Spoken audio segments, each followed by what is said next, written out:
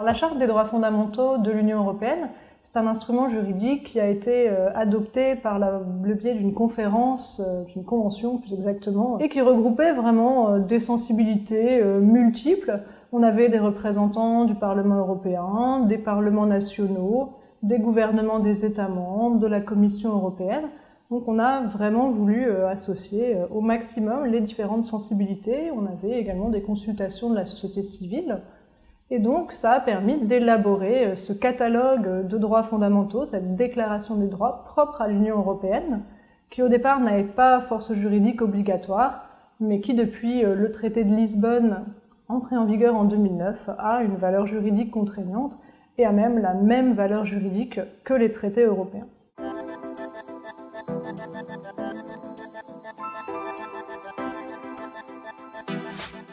Alors, lorsqu'il a annoncé ses priorités devant le Parlement européen, Emmanuel Macron a évoqué l'idée d'inscrire dans la charte le droit à l'avortement et la protection de l'environnement.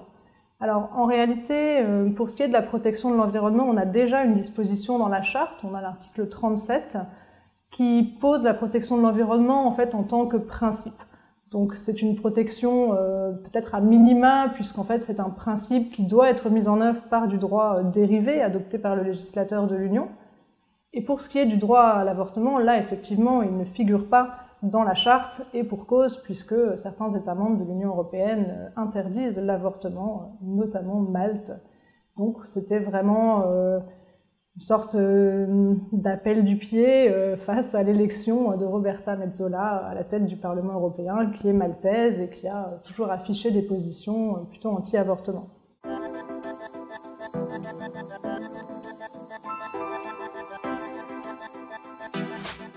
Alors en réalité, le délai de la présidence française est très court, 6 mois, ça ne laisse pas forcément le temps ça laisse le temps d'initier des projets, mais pas forcément de les mener à leur terme. En particulier, lorsqu'il s'agit d'une révision des traités, c'est un processus très long, très contraignant. Et donc, effectivement, on imagine mal comment, dans le temps restant, on pourrait y parvenir. D'autant qu'on a actuellement la conférence sur l'avenir de l'Europe, dont les résultats devraient tomber vers le mois de mai.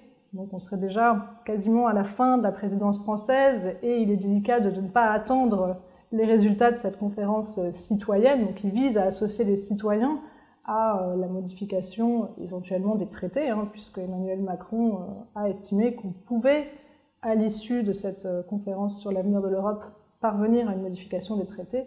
Et donc effectivement, le délai en partie n'y suffira bien sûr pas.